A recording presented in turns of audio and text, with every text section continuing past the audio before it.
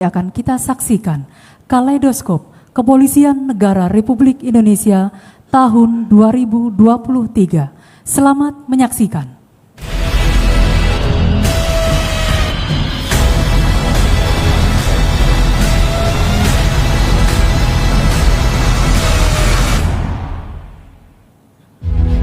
Memasuki penghujung tahun 2023, Kepolisian Negara Republik Indonesia mengukir berbagai catatan penting dalam rangka menyukseskan berbagai agenda nasional dan internasional, serta memastikan stabilitas keamanan dalam negeri, menyongsong pesta demokrasi pemilu 2024. Presiden Joko Widodo menghadiri rapat pimpinan TNI Polri tahun 2023. Dalam arahannya, Presiden meminta TNI Polri untuk pengamanan agenda nasional pemilu 2024 serta agenda strategis nasional tahun 2023 berjalan lancar sesuai rencana.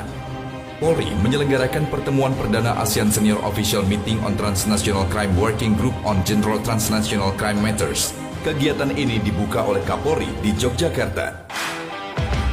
Polri menggelar Operasi Ketupat 2023 untuk pengamanan arus mudik dan balik lebaran 2023 dari tanggal 18 April sampai 1 Mei 2023. Dalam operasi ini, Polri mengerahkan 148.000 personel. Kapolri Jenderal Polisi Listio Sigit Prabowo meninjau langsung ke sejumlah titik dan menyapa pemudik. Perjalanan mudik tahun 2023 berjalan aman dan berkesan.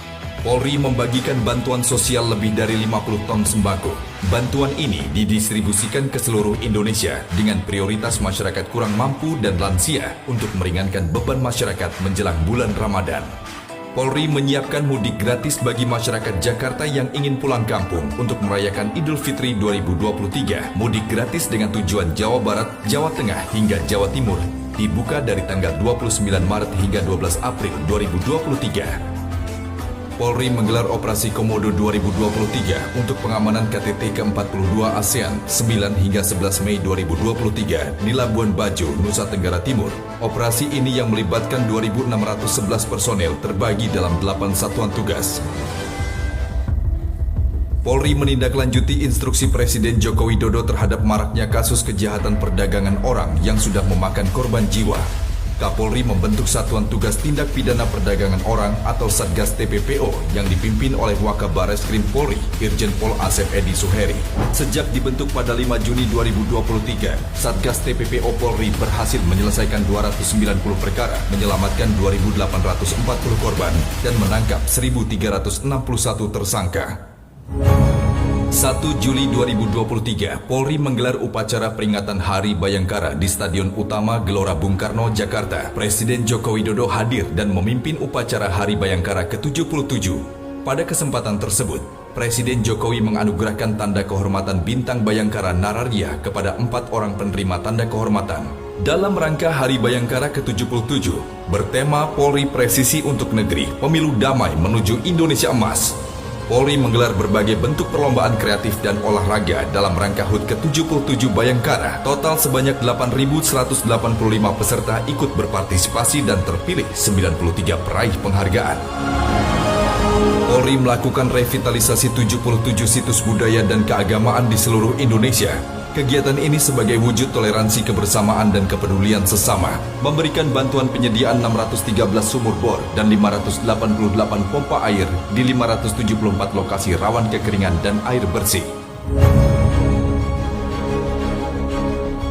Polri kembali menggelar kegiatan Hugeng Award 2023 dalam rangka memacu semangat anggota untuk senantiasa melayani masyarakat dengan inovatif, berdedikasi dan berprestasi dalam rangka tugas pengabdian sebagai Korps Bayangkara.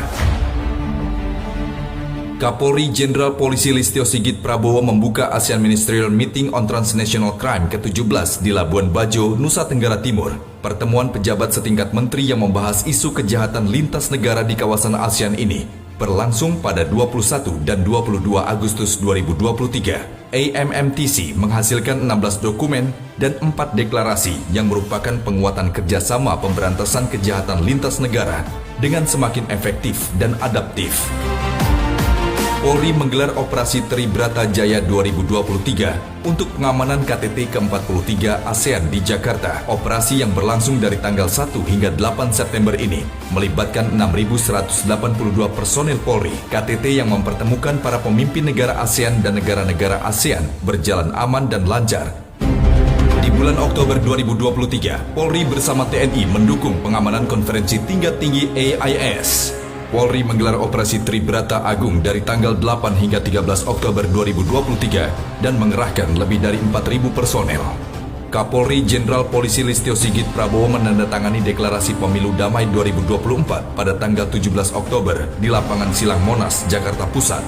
Deklarasi damai juga diikuti TNI, Komisi Pemilihan Umum, Dewan Kehormatan Penyelenggara Pemilu, Badan Pengawas Pemilu, dan partai politik peserta Pemilu 2024. Untuk menjaga kondusivitas di masa tahapan pemilu, Polri menggelar Operasi Mantap Brata 2023-2024 yang berlangsung selama 222 hari dari tanggal 19 Oktober 2023 sampai 20 Oktober 2024. Polri mengerahkan 261.695 personil di seluruh Indonesia. Di bulan November 2023, Polri menggelar Operasi Aman Bacuya 2023 untuk pengamanan Piala Dunia Sepak Bola di bawah usia 17 tahun. Sebanyak 13.246 personil yang terdiri dari 415 personil Mabes Polri dan 12.836 personil dari 4 Polda dikerahkan. Operasi ini digelar sejak 10 November hingga 4 Desember 2023. Kapolri Jenderal Polisi Listio Sigit Prabowo bersama dengan Panglima TNI Jenderal Agus Subianto menandatangani deklarasi 4 komitmen netralitas TNI Polri dalam pemilihan umum 2024 pada acara Rakornas Sentra Gakumdu di Jakarta. Sebagai langkah preventif untuk mengantisipasi polarisasi yang mungkin timbul akibat isu-isu suku, agama, ras, dan antar golongan selama pemilihan umum Pemilu tahun 2024, Polri juga melaksanakan Operasi Nusantara Cooling System 2023-2024. Salah satu upaya yang dilakukan Polri adalah menggandeng ulama dan tokoh agama, tokoh masyarakat, dan tokoh pemuda untuk menjaga pemilu 2024 berlangsung aman dan damai. Sultan Rifat Al-Fatih, mahasiswa Universitas Brawijaya yang mengalami kecelakaan terjerat kabel fiber optik yang menjuntai 5 Januari 2023, kondisinya semakin membaik setelah menjalani perawatan intensif di Rumah Sakit Polri, Jakarta Timur selama 4 bulan. Pada 12 Desember 2023, Sultan diperbolehkan melakukan rawat jalan. Sebelumnya, Kapolri Jenderal Polisi Listio Sigit Prabowo memerintahkan tim Dokes Polri dan Polres Metro Jakarta Selatan untuk menjemput dan membawa Sultan menjalani perawatan di RS Polri Kramat Jati. Dalam rangka menciptakan iklim sepak bola yang sehat, Kepolisian Republik Indonesia bersama Persatuan Sepak Bola Seluruh Indonesia melaksanakan penandatanganan nota kesepahaman di Gedung Rupatama Bareskrim Polri, Jakarta Selatan, Rabu 13 Desember 2023. Komitmen ini ditujukan dengan keberhasilan Satgas Anti Mafia Bola Polri bekerjasama dengan Satgas Anti Mafia Bola Independen menangkap 4 tersangka penyedia situs judi bola. 4 tersangka diduga berasal dari Filipina. Direktorat Tindak Pidana Siber Ditipit Siber Bareskrim Polri terus melakukan imbauan kepada masyarakat untuk bijak menggunakan internet dan media sosial. Ditipit Siber Bareskrim Polri memberlakukan program peringatan virtual polisi atau PVP. Sejak Januari hingga Oktober 2023, terdapat 718 konten yang diajukan PVP. 197 konten telah selesai atau diperbaiki pengunggah, 251 konten dalam proses, dan 36 konten tidak memenuhi unsur. Ditipit Siber Bareskrim Polri melakukan upaya represif dengan menindak 2.281 kasus dari 3.785 laporan polisi yang ditangani. Presentasi penyelesaian kasus naik hampir 50% dibanding tahun 2022. Direktorat Tindak Pidana Narkoba Bareskrim Polri berhasil mengungkap jaringan narkoba internasional Freddy Pratama melalui Operasi Escobar. Dalam pengungkapan kasus ini, Polri berhasil menyita 10 ton lebih sabu dan ratusan ribu pil ekstasi senilai 10,5 triliun rupiah. Pengungkapan ini berpotensi menyelamatkan 51 juta jiwa generasi muda dari bahaya narkoba. Atas keberhasilan mengungkap jaringan Freddy Pratama, Ditipit Narkoba Bareskrim Polri menerima penghargaan dari Badan Narkotika Amerika Serikat atau Drugs Enforcement Administration (DEA) yang menilai pengungkapan ini sangat penting dalam upaya pemberantasan narkoba secara global.